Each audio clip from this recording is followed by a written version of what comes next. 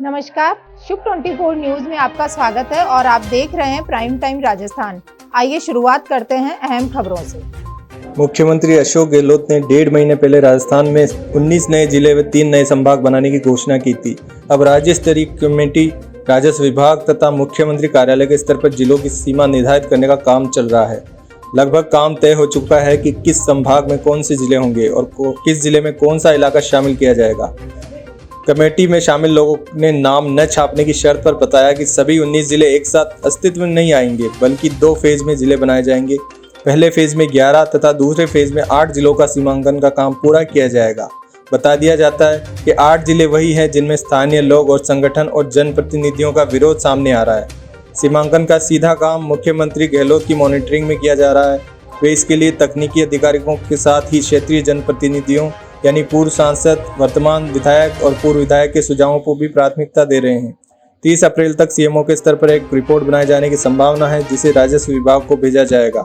उसके बाद ही राजस्व विभाग के स्तर पर जिलों के सीमांकन का आधिकारिक अनाउंसमेंट किया जाएगा।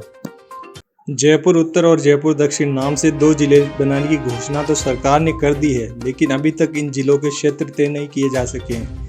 जयपुर में चूंकि जयपुर विकास प्राधिकरण जेडीओ नगर निगम अपने विशिष्ट क्षेत्र है, साथ ही जयपुर प्रदेश की राजधानी भी है, ऐसे में इसके क्षेत्रों का सीमांकन करना सरकार के लिए टेढ़ी खीर है। जयपुर में हाल ही में नागरिक संगठनों ने कई रैलियां भी निकाली थी।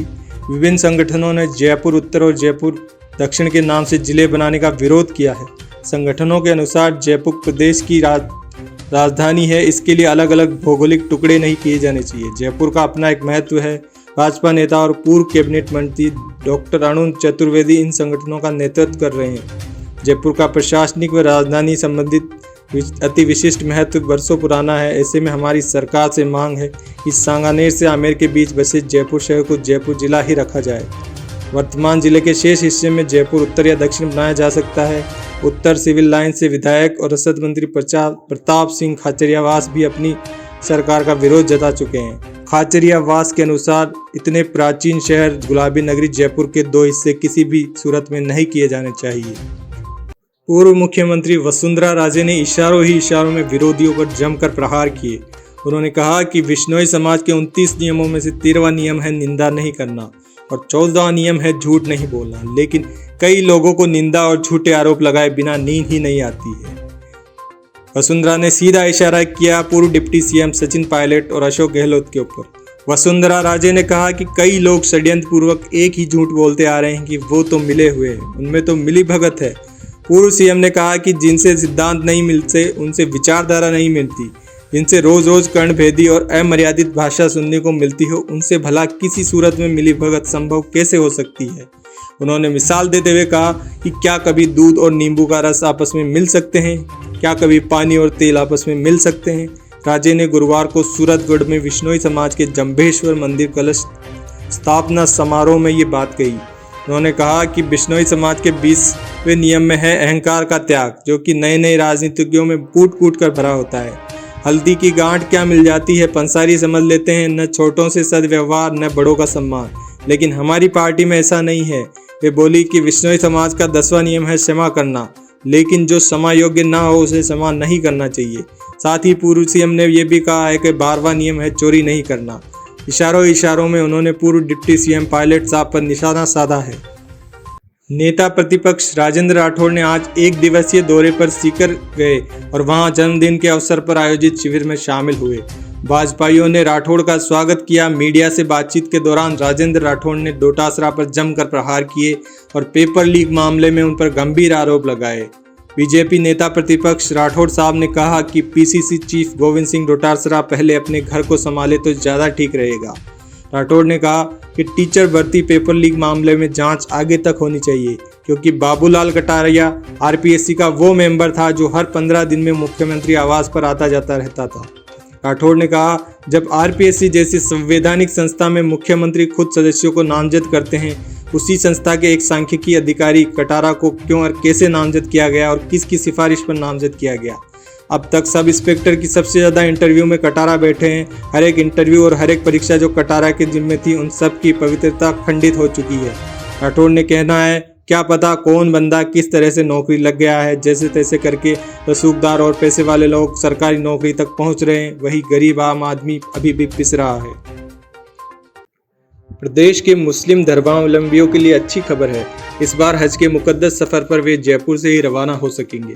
पिछले 3 साल से कोरोना की वजह से हज की फ्लाइट्स का संचालन जयपुर की बजाय दिल्ली एयरपोर्ट से हो रहा था, लेकिन इस बार 21 मई से फ्लाइट्स की शुरुआत हो जाएगी। क्या रहेगा शेड्यूल और किस तरह होगा संचालन, जान लीजिए शुभ 24 न्यूज चैनल पर। सबसे पहले हज के मुकद्दस सफर पर जाने की शुरुआत 21 मई से होने जा रही है।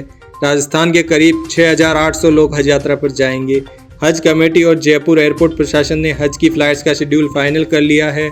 हज की फ्लाइट्स 21 मई से 6 जून तक संचालित होगी। वर्ष 2020 से लेकर अब तक 3 साल तक कोरोना के कारण इंटरनेशनल फ्लाइट्स पर रोक थी, इस वजह से हज का सफ़र संभव नहीं हो सका था। पिछले 2 वर्ष से हज की फ्लाइट्स जयपुर की बजाय दिल्ली से संचालित हो रही थी।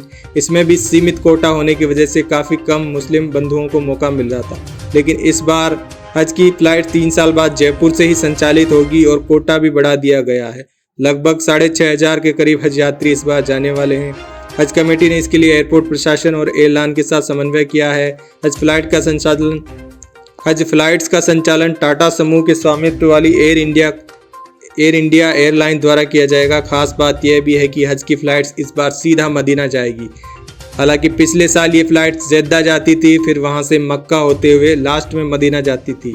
सरकार के इस निर्णय से रमज़ान के इस मुबारक महीने में हज यात्रियों में हर्षोल्लास का माहौल है। आज चांद दिखने की पूरी संभावना है, तो कल ईद मनाई जा सकती है। मुख्यमंत्री अशोक गहलोत ने गुरुवार को कहा कि जयपुर सीरियल बम ब्लास्ट विस्फोट मामले में लापरवाही बरतने वाले लोगों के खिलाफ कड़ी कार्रवाई की जाएगी। उन्होंने कहा कि जांच में लापरवाही के कारण ही उच्च न्यायालय ने आरोपियों को बरी किया है। इसके लिए उन्हें देश विदेश से ताने मिल रहे हैं। गहलोत ने जयपुर में प्रताड़ना के कारण एक व्यक्ति की आत्महत्या और प्रभावशाली लोगों का नाम लेकर चूरू में एक पुलिस कांस्टेबल के साथ दुर्व्यवहार की घटना को भी दुर्भाग्यपूर्ण बताया है। मुख्यमंत्री गहलोत कानून व्यवस्था की समीक्षा बैठक को संबोधित कर रहे थे। मुख्यमंत्री गहलोत ने कहा कि 2008 जयपुर बम विस्फोट मामले में पिछले महीने राजस्थान हाईकोर्ट द्वारा घटिया जांच के आधार पर आरोपियों को बरी किए जाने का उल्लेख करते हुए कहा कि जांच में लापरवाही करने वालों के खिलाफ सख्त कार्रवाई की जाएगी। गौरतलब है कि 13 मई 2008 को चांदपोल गेट, बड़ी चौपड़, छोटी चौपड़, जोहरी बाजार और सांगानेर गेट समेत कई जगहों पर सिलसिलेवार धमाकों में 71 लोग मारे गए थे और 185 लोग घायल हुए थे। समीक्षा बैठक में मुख्यमंत्री ने गरीबों के उत्पीड़न की घटना पर चिंता व्यक्त की है। एक बयान में मुख्यमंत्री ने कहा कि जयपुर में होटल बनवाने को लेकर एक गरीब व्यक्ति द्वारा प्रताड़ना के कारण आत्महत्या करने की घटना अत्यंत दुखद है।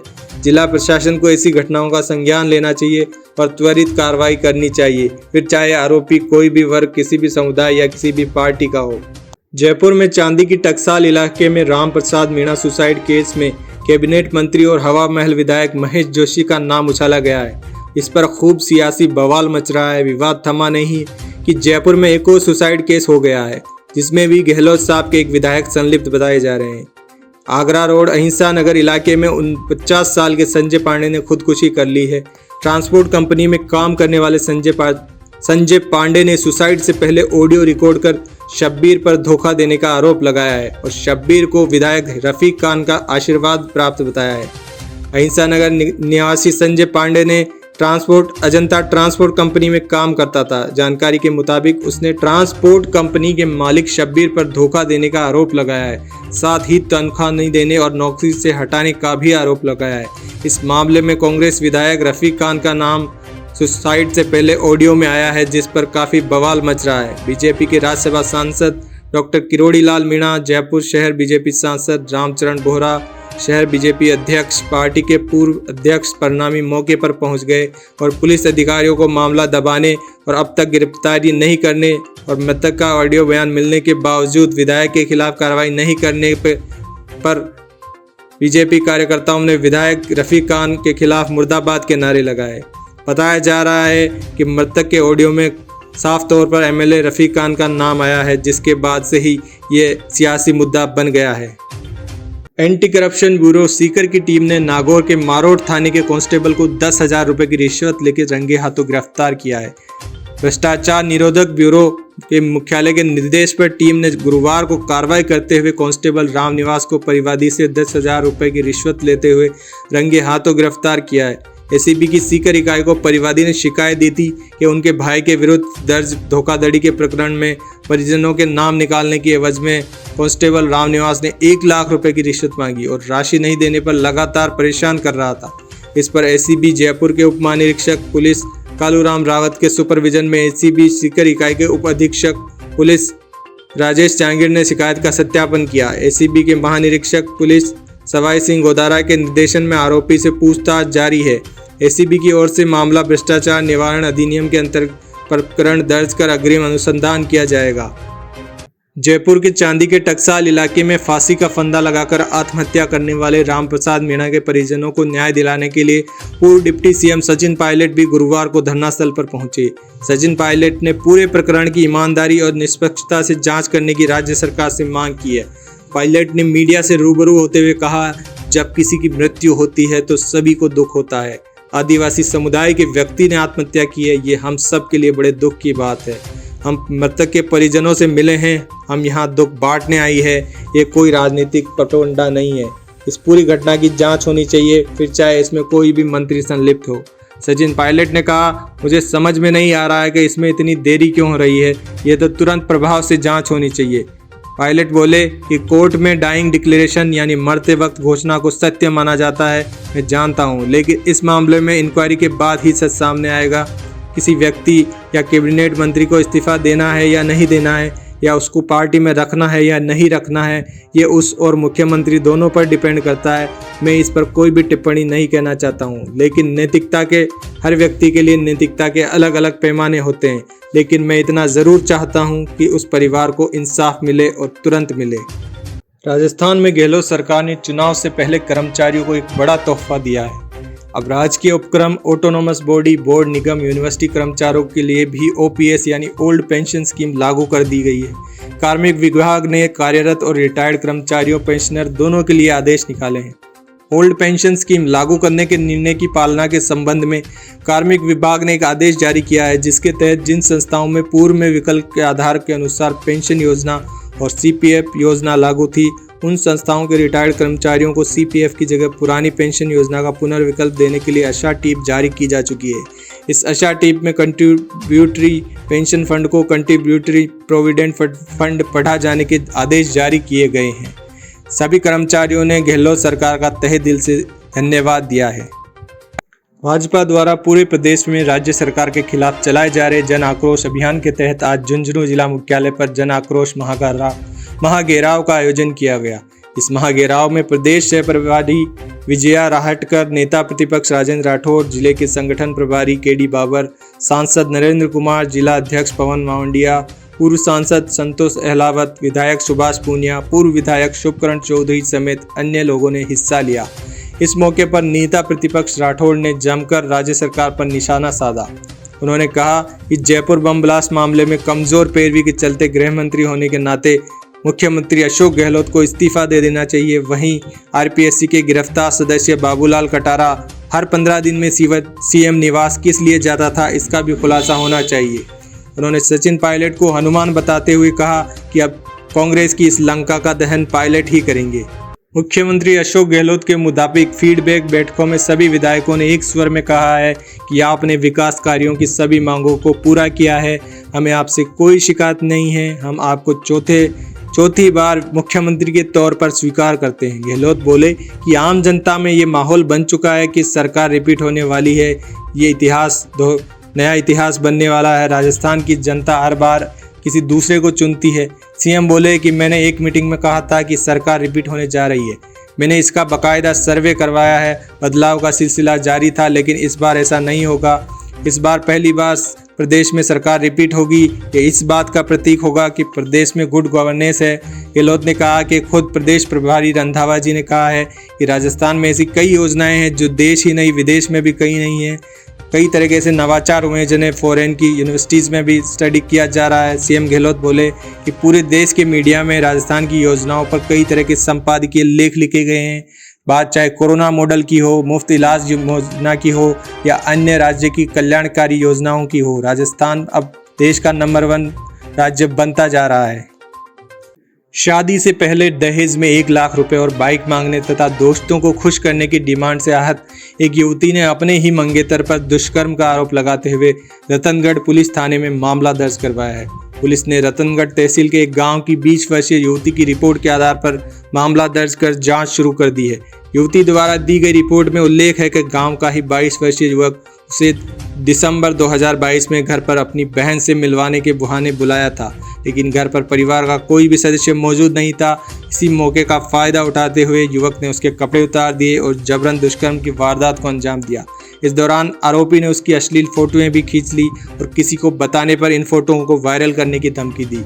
मार्च 2023 में युवक ने 2 दफा युवती को अपने घर बुलाकर फिर से इसी वारदात को अंजाम दिया है। तब से ही युवती डिप्रेशन का शिकार हो रही है। सरकारी नौकरी की तैयारी कर रहे युवाओं के लिए अच्छी खबर है। अखिल भारतीय आयुर्विज्ञान संस्थान एम्स जोधपुर में मेडिकल स्टाफ की अलग अलग पदों पर वैकेंसी निकली है। इसके लिए 45 साल तक की उम्र के उम्मीदवार एम्स की ऑफिशियल वेबसाइट पर जाकर आवेदन प्रक्रिया में शामिल हो सकते हैं। उम्मीदवार का सिलेक्शन इंटरव्यू के आधार पर किया जाएगा। सिलेक्ट होने पर उन्हें हर महीने 67,700 रुपये तक की तनख्वाह दी जाएगी। एम्स जोधपुर के 76 पदों में से 11 पद अनारक्षित है, जबकि एससी के लिए 19 पद, एसटी के लिए 7 पद, ओबीसी के लिए 37 पद तथा आर्थिक रूप से कमजोर वर्ग के लिए 2 पदों पर उम्मीदवारों का चयन किया जाएगा। एम्स की वेबसाइट पर दिए गए दिशा निर्देशों के अनुसार संबंधित डॉक्यूमेंट्स इंटरव्यू के समय 1 मई 2023 को एम्स में जोधपुर में लेकर उपस्थित होना है। इसके लिए आवेदन शुल्क डीडी, पे ऑर्डर ओनली या इंटरव्यू के समय नकद भी दिया जा सकता है। जोधपुर जिले में एक नाबालिग लड़के के पहले कपड़े उतरवाए गए और उसके बाद उसे बिना कपड़ों के मंडी में घुमाया गया। मामला थाने तक पहुंच गया तो पुलिस ने शांति भंग के आरोप में कार्रवाई करी, लेकिन अब इसका वीडियो वायरल होने से पुलिस ने पॉक्सो एक्ट के तहत मामला दर्ज किया है और 2 जनों को हिरासत में लिया है। वहीं अन्य आरोपियों की गिरफ्तारियों के लिए अलग अलग टीमें भेजी गई है। टेम्पो ड्राइवर ने पिकअप ड्राइवर को थप्पड़ मार दिया। मामला इतना बढ़ गया कि बात बदले की भावना पर आ गई। टेम्पो ड्राइवर तो मौके से रफू चक्कर हो गया, लेकिन उसके साथ आया हुआ एक नाबालिग लड़का वहीं रह गया। लोगों ने पहले तो उसे जमकर पीटा, फिर उसे नंगा किया और पूरी जोधपुर मंडी में घुमाया। बुधवार को मामला थाने पहुंचा तो पुलिस ने शांति भंग में दोनों पक्षों के लोगों को गिरफ्तार किया, लेकिन वीडियो वायरल होने के बाद डीसीपी अमृता दुहान एक्शन में आए। उन्होंने कहा कि पॉक्सो एक्ट में मुकदमा दर्ज होगा। इस घटना के बाद दोनों पक्ष थाने पहुंचे थे। भुवनेश ने असलम और उसके साथी के खिलाफ महामंदिर थाने में मामला दर्ज करवाया था। असलम ने भुवनेश, परमवीर, सागर, अनिल जोगेन समेत कुछ 7 लोगों के खिलाफ मारपीट का मामला दर्ज करवाया था। वीडियो वायरल होने की वजह से ये मामला अब सुर्खियों में है। फिलहाल खबरों में इतना ही। देश और दुनिया की तमाम बड़ी खबरें देखने के लिए बने रहें हमारे साथ। सोनम को दीजिए इजाजत। नमस्कार।